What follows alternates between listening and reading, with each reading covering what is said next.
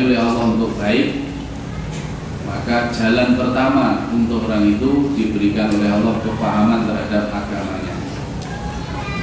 Dan tanpa belajar kita tidak akan mungkin paham. Setelah dapat pemahaman diamalkan, lalu diajak orang lain untuk ikut mengamalkan, maka aktivitas itu merupakan aktivitas yang terbaik. Karena Nabi katakan, satu orang mendapatkan petunjuk lantaran ajakanmu, itu nilainya lebih baik di sisi Allah daripada kamu mendapatkan hadiah unta merah. Unta merah itu gambaran kendaraan paling bagus waktu itu. Kalau sekarang mungkin digambarkan unta merah ya tidak tertarik, karena ada kendaraan yang mungkin lebih canggih lagi. Nah, kalau sekarang mungkin kalau orang diberikan gambaran, kalau kamu mengajak orang lalu yang kamu ajak itu mendapatkan hidayah, satu orang saja itu lantaran ajakanmu, kamu diberi mobil mewah satu, itu tidak lebih baik di sisi Allah kelak pahalanya dibandingkan dengan hadiah itu. Nah, maka dianjurkan di sini bagi orang yang ngaji lalu mendapatkan ilmu, setelah dirinya sendiri bisa mengamalkan, ajak pada orang lain. Dengan ilmu itu berhenti pada diri kita, tapi alirkan juga kepada orang lain. Bagi suami khususnya kepada anak istrinya, karena itu tanggung jawab paling dekat. Jangan sampai suaminya paham terhadap agama, anak istrinya agama saja nggak sampai. Yang paling besar tanggung jawabnya suami itu kepada anak dan istri, maka sampaikan agama itu kepada anak dan istri.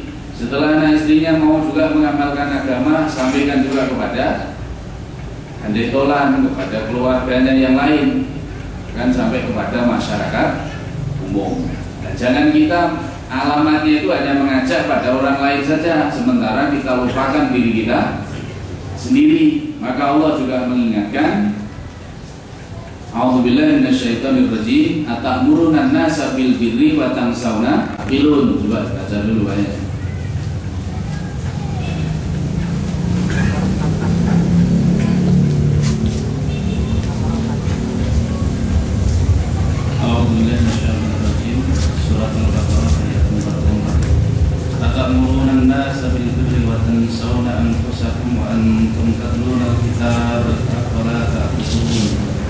Mengapa kamu suruh orang lain mengerjakan kebajikan sedang kamu melupakan diri atau kewajibanmu sendiri? Padahal kamu membaca Alkitab yang Taurat, maka tidaklah kamu berpikir ya. Jadi di samping kita punya ilmu, punya kewajiban untuk menyampaikan orang lain, tapi setelah diri kita bisa mengamalkan. Dengan buat mengajak orang lain fasik, tapi mengajak dirinya sendiri tidak. Menyampaikan pada orang lain fasik, menyampaikan kepada keluarganya sendiri tidak. Maka Allah bertanya, atamuruna an-nasa bil birri wa tansawna anfusakum? Kenapa kamu suruh orang lain berbuat baik sementara kamu lupakan dirimu sendiri? Artinya kita melalaikan kewajiban-kewajiban kita sendiri. Nah, kalau Nabi dalam menyampaikan dakwah tidak begitu. Setelah ngerti kebenaran, dibuktikan kebenaran itu jadi kenyataan dulu, baru orang lain diajak untuk mengikuti kebenaran itu, sehingga dakwahnya cepat menyentuh sasaran. Karena modal dakwah itu bukan hanya bicara saja, tapi pembicaraan itu buahkan dulu jadi kenyataan, jadi perbuatan. Baru setelah kita merasakan sendiri manfaatnya, ajak orang lain untuk mendapatkan manfaat itu.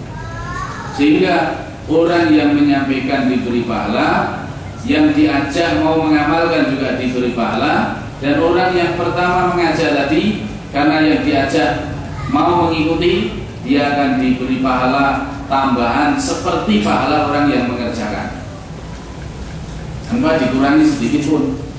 Maka sampai Nabi katakan, belajar Al-Quran lalu mengamalkannya itu aktivitas terbaik yang dilakukan oleh manusia dalam penilaian Allah. Kenapa? Karena setelah paham, dia punya upaya untuk menyelamatkan orang lain, bukan hanya dirinya sendiri saja yang diselamatkan, ada upaya untuk menyelamatkan orang lain.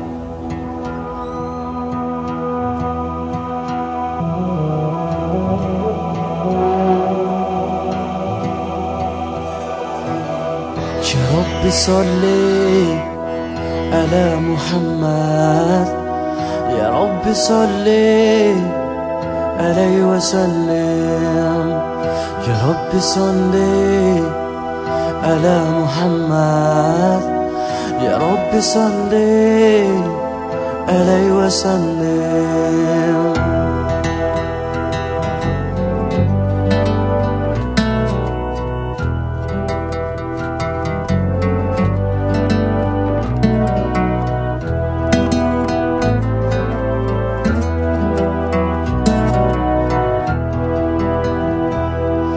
Rembulan benderang di wajahmu terangi seluruh semesta. Di kelamnya kau tunjukkan jalan hidup, kau bebaskan kekufuran manusia dari kejahilian. Sallallahu ala Taha khairil khalqi wa ahlaha wal karrari bil kurma'i wa khuzaroi wa bnaha wal ali wa sahbi wa tabi'ina ba'daha wattabi lahum salam maghfir umma kullaha. Sallallahu ala Taha khairil khalqi wa ahlaha